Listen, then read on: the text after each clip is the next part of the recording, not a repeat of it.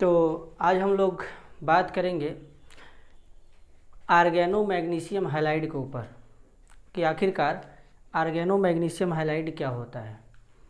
जो इसका पार्ट 1 था इस वाले लेक्चर का, उसमें हम लोगों ने सीखा था कि ऑर्गेनो मेटेलिक कंपाउंड क्या होते हैं, ऑर्गेनो मेटेलिक कंपाउंड में मेटल क्या होता है, कार्बन क्या होते हैं, मतलब ऑर्गेनिक ग्रुप क्या होते हैं, इन सब के बारे में हम लोगों ने सीख रखा है। अब मैं आज क्या करूँगा, कुछ एक आध दो एग्ज़ाम्पल देख लेते हैं और एग्ज़ाम्पल देखने के बाद हम लोग का आज का जो टॉपिक रहेगा आर्गेनो मैग्नीशियम हैलाइड रहेगा। और ये बड़ा ही इम्पोर्टेंट टॉपिक है एग्ज़ाम के पॉइंट ऑफ व्यू से। आर्गेनो मैग्नीशियम हैलाइड से हमेशा क्वेश्चन पूछा जाता है और ये बड़ा ही फेमस और इम्पोर्टेंट टॉपिक भी है।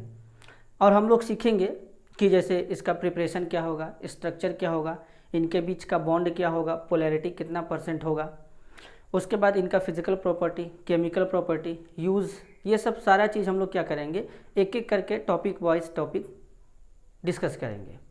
तो पहले हम लोग कुछ एग्जांपल देख लेते हैं। तो हम लोगों ने कल वाले लेक्चर में पढ़ा था कि आर्गेनो मेटेलिक कंपाउंड क्या होते हैं, तो उसका एग्जाम्पल अब क्या होगा।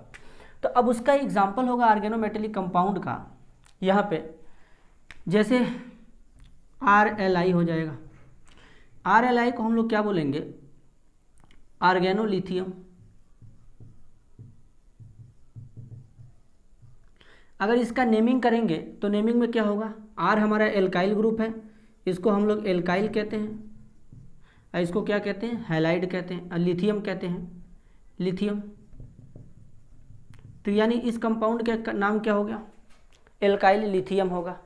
अगर यहीं पे लिखा जाए RMgX तो इस कंपाउंड का नाम क्या होगा, R को हम लोग कहते हैं क्या, एल्काइल, Mg को क्या कहते हैं, मैग्नीशियम, X को क्या कहते हैं, हैलाइड।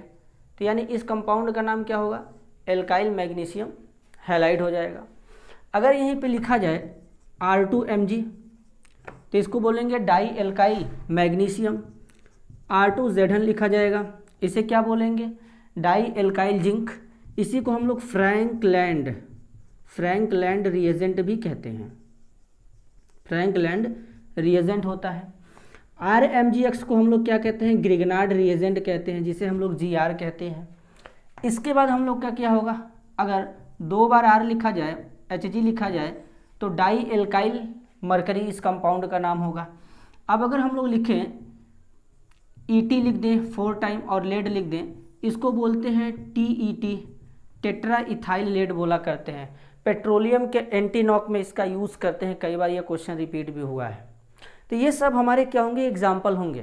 तो मैंने कल आपको सिखाया था कि मेटल क्या होंगे, ऑर्गेनिक ग्रुप क्या होते हैं, तो उन्हीं को कंबाइन कर करके ये सब ढेर सारे एग्जाम्पल हमारे डेवलप किए जा सकते हैं।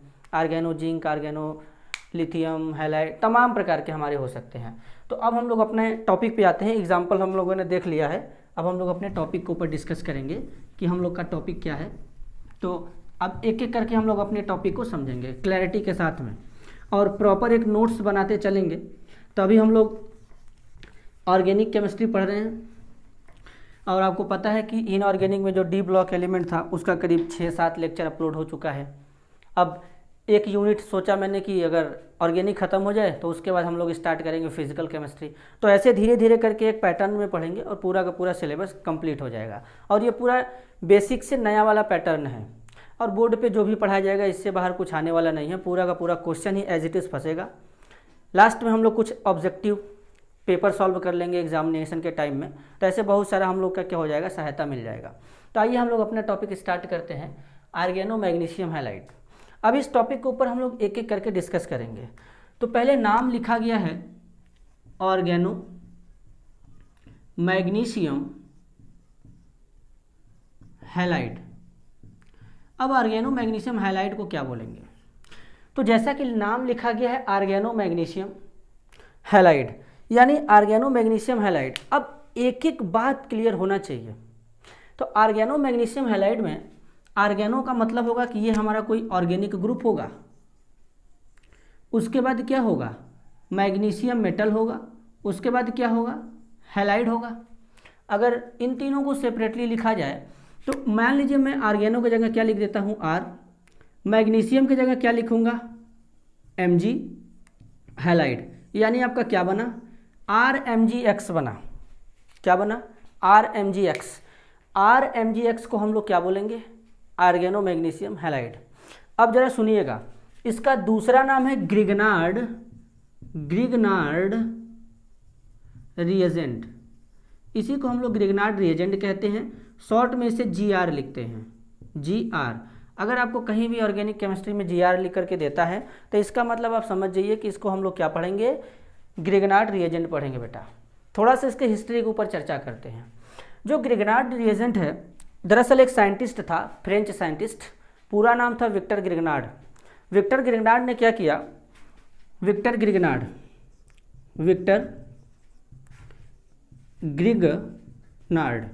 अब ये साइंटिस्ट क्या किया, 1900 इतने सेंचुरी में इसने क्या किया था कि ग्रिगनार्ड रिएजेंट को प्रिपेयर किया था, या मैं बोल सकता हूँ कि डिस्कवर किया था। और ग्रिगनार्ड रिएजेंट एक अच्छा रिएजेंट होता है जो एसिडिक हाइड्रोजन वाले कंपाउंड होते हैं उनको रिड्यूस कर देता है। अगर एसीटोन है, एल्डिहाइड है, कीटोन है, अमाइड है, तो इनको एल्कोहल में, मतलब तमाम प्रकार के कंपाउंड में चेंज करता है। तो ये हमारा एक अच्छा रिएजेंट माना जाता है। जब ये डिस्कवर हुआ था तो इसके थ्रू बहुत सारे हमारे कंपाउंड प्रिपेयर किए जाने लगे, क्योंकि आपको पता है कि अगर हम लोग कोई भी केमिकल रिएक्शन लिखते हैं तो उस केमिकल रिएक्शन में एक हमारा सबस्ट्रेट होता है, दूसरा हमारा क्या होता है, प्रोडक्ट होता है। सबस्ट्रेट में, जिसको हम लोग रिएजेंट, सबस्ट्रेट होता है, प्रोडक्ट बनता है। एरो को ऊपर हम लोग क्या करते हैं, या तो कोई सॉल्वेंट लिखते हैं या तो कोई रिएजेंट लिखते हैं, जिसके थ्रू हमारा रिएक्शन कोई क्या होता है, प्रोसीड होता है। तो ये विक्टर ग्रिगनार्ड ने इस रिएजेंट को बनाया और इसके लिए इसको नोबेल प्राइज भी मिला था बेटा। नोबेल प्राइज 1912 में मिला था। तो इतना क्लियर होना चाहिए कि ये होता है। अब तुमसे ये कोई नहीं पूछेगा कि ग्रिगनार्ड रिएजेंट कितने सन में डिस्कवर हुआ, नोबेल प्राइज, ये कुछ नहीं पूछा जाएगा। ग्रिगनार्ड रिएजेंट का फॉर्मूला, इसको GR से रिप्रेजेंट करते हैं। ग्रिगनार्ड रिएजेंट का दूसरा नाम आर्गेनो मैग्नीशियम हैलाइड।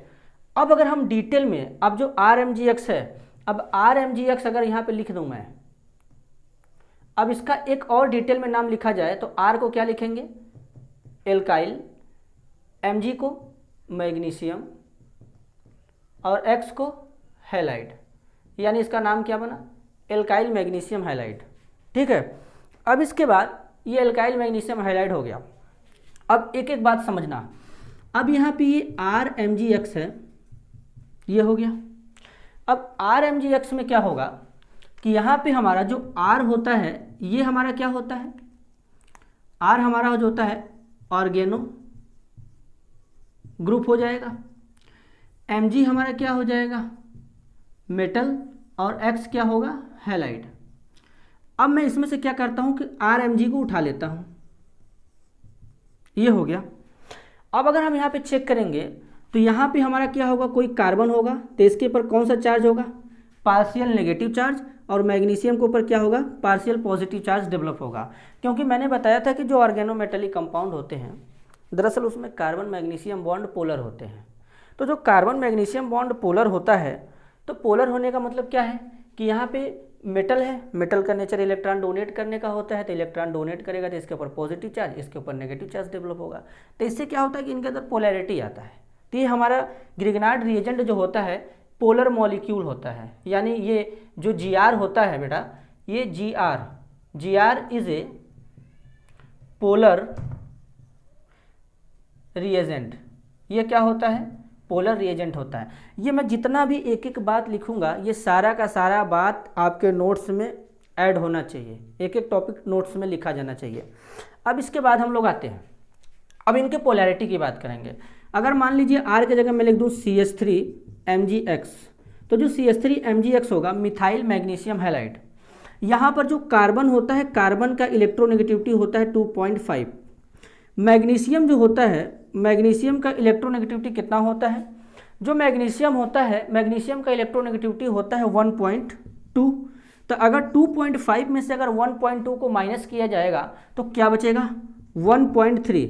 यानी कार्बन और मैग्नीशियम के बीच में इलेक्ट्रोनेगेटिविटी डिफरेंस कितना हुआ, 1.3 इलेक्ट्रोनेगेटिविटी डिफरेंस होगा। तो इसीलिए इसके ऊपर नेगेटिव, इसके ऊपर पार्शियल पॉजिटिव चार्ज डेवलप हो जाता है। तो इससे पता चलता है कि जो आर्गेनो मैग्नीशियम हैलाइड होता है ये पोलर नेचर का होता है। अब यहाँ पे जो कार्बन और मैग्नीशियम बॉन्ड होता है ये कितने % आयनिक होता है? तो कार्बन मैग्नीशियम बॉन्ड जो होता है, कार्बन मैग्नीशियम बॉन्ड 52% आयनिक होता है, आयनिक इन नेचर। इतना क्लियर होगा, यानी आपको इतना क्लियर होगा। तो यानी इतना एकदम डिटेल में समझ में आपको आया होगा कि मैंने जो जो यहाँ पे एक एक बात बताया कि इनका मतलब क्या होता है, कितने सन में डिस्कवर किया, नोबेल प्राइज़ मिला, बॉन्ड कितने % आयनिक होता है, क्यों पोलर होता है, ये सब मैंने डिस्कस कर दिया। तो ये इन सब का मतलब था, ठीक है। अब हम लोग क्या करेंगे कि इसके प्रिपरेशन की बात करेंगे, इनको कैसे प्रिपेयर्ड किया जाएगा और प्रिपेयर्ड करने के तरीके कौन कौन से होते हैं। तो पहले आप इसका स्क्रीनशॉट ले लीजिए। तो आप लोग स्क्रीनशॉट ले चुके होंगे। तो अब हम क्या करते हैं, इसका प्रिपरेशन पढ़ेंगे।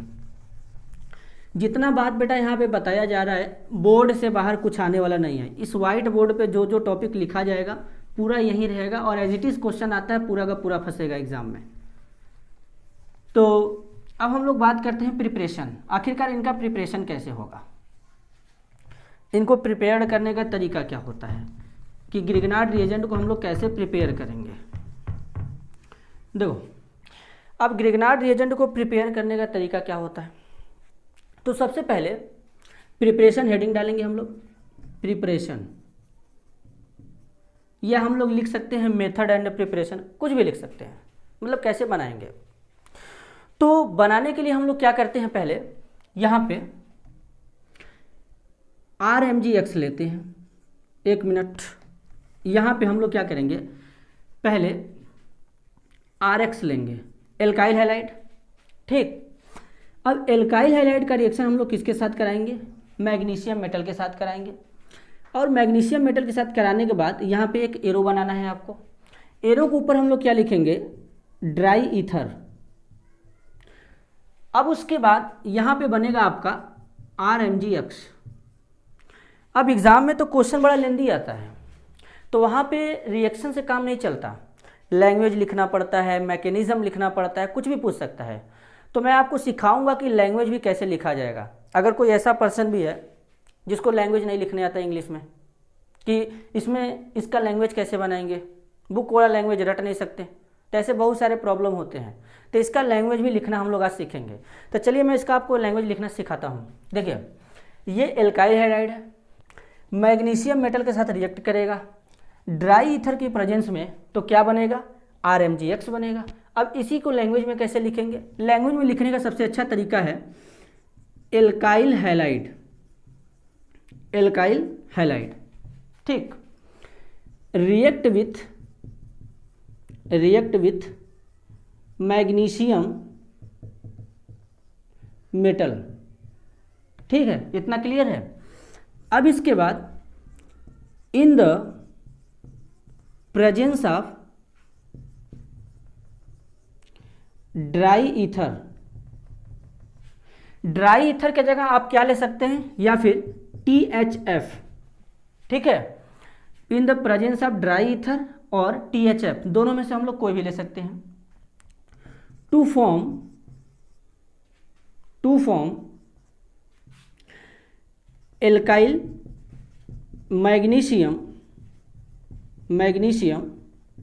हैलाइड, बस हो गया लैंग्वेज। अब आप एक लाइन और बढ़ा सकते हैं, alkyl magnesium halide is also known as Grignard reagent. It is denoted by GR। ये इतना क्लियर है। यानी अब लैंग्वेज क्या लिखा गया, alkyl halide react with magnesium metal, यानी एल्काइल हैलाइड मैग्नीशियम मेटल के साथ रिएक्ट करेगा in the presence of dry ether या THF to form alkyl magnesium halide. Alkyl magnesium halide is also known as Grignard reagent, it is denoted by GR। इसको हम लोग GR से क्या करेंगे बेटा, रिप्रेजेंट करेंगे। अब ये तरीका होता है। अब आगे हम लोग चलते हैं। अब इसको हम लोग दूसरे में कैसे लिख सकते हैं, ये हमारा जो लिखा गया है RMGX, अब सबको पता है कि R की जगह हमारा ऑर्गेनिक ग्रुप होता है, तो अगर यहाँ पे R रहेगा एल्काइल, तो एल्काइल हमारा आता है एलिफेटिक में, एल्काइल ग्रुप। तो यानी इस ग्रिगनार्ड रिएजेंट को हम बोल सकते हैं एलिफेटिक ग्रिगनार्ड रिएजेंट। ठीक, अब मैं तुम लोगों को एरोमेटिक ग्रिगनार्ड रिएजेंट भी बनाना सिखा देता हूं। अगर मान लो हमको एरोमेटिक ग्रिगनार्ड रिएजेंट बनाना है तो हमको यहाँ पे R के जगह क्या लिखना पड़ेगा, बेंजीन रिंग यानी एरिल हैलाइड। तो उसको कैसे लिखेंगे, यहाँ पे हमारा क्या हो जाएगा, ये जो लिखा गया है इसको फिजिक्स में फाई कहते हैं, लेकिन हमारे केमिस्ट्री में इसका मतलब होता है कि पीएच, कोई फिनाइल रिंग है। तो यानी यहाँ पे ये फिनाइल रिंग हो जाएगा, इसके साथ X जोड़ा जाएगा और मैग्नीशियम मेटल आ जाएगा। यहाँ पे क्या होगा, ड्राई ईथर या THF हो जाएगा। और उसके बाद क्या बनेगा, MgX। इसका मतलब होता है, इसको pH भी लिखा जाता है, इसी को फिनाइल कहते हैं। फार्मूला C6H5 होता है, या इसके जगह ऐसे रिंग बना देते हैं, बात एक ही है। ठीक है, अब समझना जरा, इसमें समझना मतलब देखो, समझना क्या है कि जो ड्राई ईथर होता है ये एज ए सॉल्वेंट का काम करता है। ठीक है, या इसके जगह हम लोग क्या ले सकते हैं, THF। THF का पूरा नाम बेटा टेट्रा हाइड्रो फ्यूरेन। इसका स्ट्रक्चर कैसे बनता है,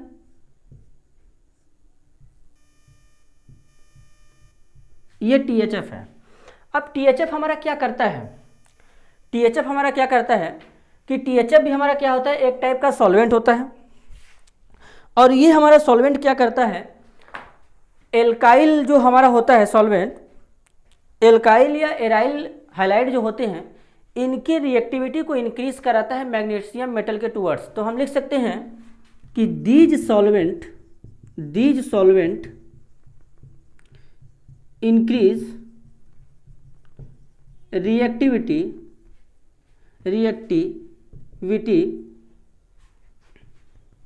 ऑफ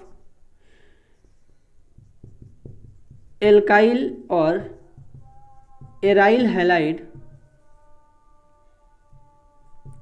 टूवर्ड्स मैग्नीशियम मेटल। अब ये क्या करेगा, एल्काइल हैलाइड या एराइल हैलाइड के टूवर्ड्स मैग्नीशियम मेटल की रिएक्टिविटी को क्या करेगा, इंक्रीज कराएगा। तो ये हमारा टोटल हो गया इनका प्रिपरेशन। इनको प्रिपेयर करने का ये अच्छा तरीका है। अब तुम लोग ये प्रिपेयर करो या ये करो। ये जो बना है एरोमेटिक हमारा ग्रिगनार्ड रिएजेंट, ये एलिफेटिक ग्रिगनार्ड रिएजेंट, तो इनमें से कोई भी प्रिपरेशन लिख सकते हैं। तो एग्जाम में आता है तो इसको लेकर के लैंग्वेज के साथ हमको लिखना पड़ता है। अब कभी कभी ये सॉल्वेंट का रोल पूछ लेता है, तो सॉल्वेंट का रोल यही होता है। अब हम लोग समझेंगे कि यहाँ पे ड्राई ईथर का ही यूज़ क्यों करते हैं। तो बेटा ड्राई ईथर का यूज़ करने के पीछे रीज़न ये होता है कि जो कार्बन मैग्नीशियम बॉन्ड होता है हमारा ग्रिगनार्ड रिएजेंट में, ये पोलर नेचर का होता है। अगर हम यहाँ पे ड्राई की जगह कोई हम ऐसा सॉल्वेंट ले लें जो पोलर नेचर का भी हो, ड्राई ईथर हमारा पोलर नहीं होता, नॉन पोलर होता है, तो वो क्या कर सकता है, उसके साथ रिएक्ट करके बाई प्रोडक्ट का फॉर्मेशन करेगा। तो इसीलिए हम लोग जब प्रिपेयर करते हैं ग्रिगनार्ड रिएजेंट को, तो हम लोग क्या करते हैं कि प्रिकॉशंस के साथ प्रिपेयर करते हैं और यहाँ पे ड्राई ईथर का यूज़ करते हैं, क्योंकि पोलर होता है, पोलर होने के कारण ये रिएक्ट कर सकता है, रिएक्ट करके अदर कंपाउंड में कन्वर्ट हो जाएगा। अगर बाय द वे कभी कभी ऐसा होता है कि यहाँ पे कोई हमारा जैसे पोलर सॉल्वेंट आ गया, अगर वाटर का थोड़ा मोड़ा भी अमाउंट प्रेजेंट होता है, तो ग्रिगनार्ड रिएजेंट को ड्राई करने के लिए हम लोग एनहाइड्रस कैल्शियम क्लोराइड का यूज़ करते हैं। एनहाइड्रस कैल्शियम क्लोराइड क्या करता है कि जो भी वाटर्स के मॉलिक्यूल होते हैं उनके साथ रिएक्ट करके कैल्शियम हाइड्रोक्साइड में कन्वर्ट हो सकता है और हम लोग ग्रिगनार्ड रिएजेंट को ईजिली प्रिपेयर कर सकते हैं। अब हम लोग अगले लेक्चर में बात करेंगे कि जो ग्रिगनार्ड होता है इसके टूवर्ड्स अगर मैं यहाँ पे आर ग्रुप जो है अगर CH3 C2H5 अगर इसको चेंज करूँ तो क्या क्या होगा, और उसके बाद मैकेनिज्म के बारे में पढ़ेंगे कि इनका मैकेनिज्म क्या होता है। तो जो ग्रिगनार्ड रीजेंट होता है इसका मैकेनिज्म जो होता है फ्री रेडिकल मैकेनिज्म के थ्रू ये कंप्लीट होता है, तो इसका मैकेनिज्म सीखेंगे, उसके बाद इसका फिजिकल प्रॉपर्टी पढ़ेंगे और आर ग्रुप के चेंज करने पर क्या होगा, फिर उसके बाद वाले लेक्चर में धीरे धीरे हम लोग डिस्कस करेंगे केमिकल रिएक्शंस कैसे इसके प्रोसीड होते हैं। तो हमारे हिसाब से आपको ये वीडियो पसंद आया होगा और इसका नोट्स बनाइए और हमारे वीडियो को लाइक करिए, चैनल को सब्सक्राइब करिए और ज़्यादा से ज़्यादा लोगों तक शेयर करिए ताकि ज़्यादा से ज़्यादा बच्चे देखें कि अभी जो एग्ज़ाम होने वाला है, तो एग्ज़ाम जब होगा तो बच्चे फर्स्ट ईयर में जाएंगे, सेकेंड ईयर में जाएंगे, तो ये वीडियो उनके लिए बहुत ज़्यादा हेल्पफुल रहेगा। और सबसे बड़ी बात है कि अभी जो फर्स्ट ईयर में जो भी एडमिशन होगा बच्चों का, अभी तो एंट्रेंस एग्ज़ाम होने वाला है, जैसे अभी कल BSc का, BA का, ये सब एंट्रेंस एग्ज़ाम है, जैसे हरिश्चंद्र विद्यापीठ, ऐसे तमाम प्रकार के कॉलेज का है, यूनिवर्सिटी का है। तो अभी बच्चे एडमिशन लेंगे तो उनके लिए भी हम लोग क्या करेंगे, एक सीरीज़ स्टार्ट करेंगे जिसमें हम लोग केमिस्ट्री का, फिजिक्स का, मैथ का ये सीरीज स्टार्ट होगा। तो उसमें हम लोग क्या करेंगे कि BSc फर्स्ट ईयर वालों का भी एकदम सीरीज शुरू से फिजिकल, इनऑर्गेनिक, ऑर्गेनिक ऐसे चैप्टर्स वाइज, यूनिट वाइज हम लोग स्टार्ट करेंगे टॉपिक और डिस्कस करेंगे। तो मिलते हैं हम लोग अगले वीडियो में, ठीक है।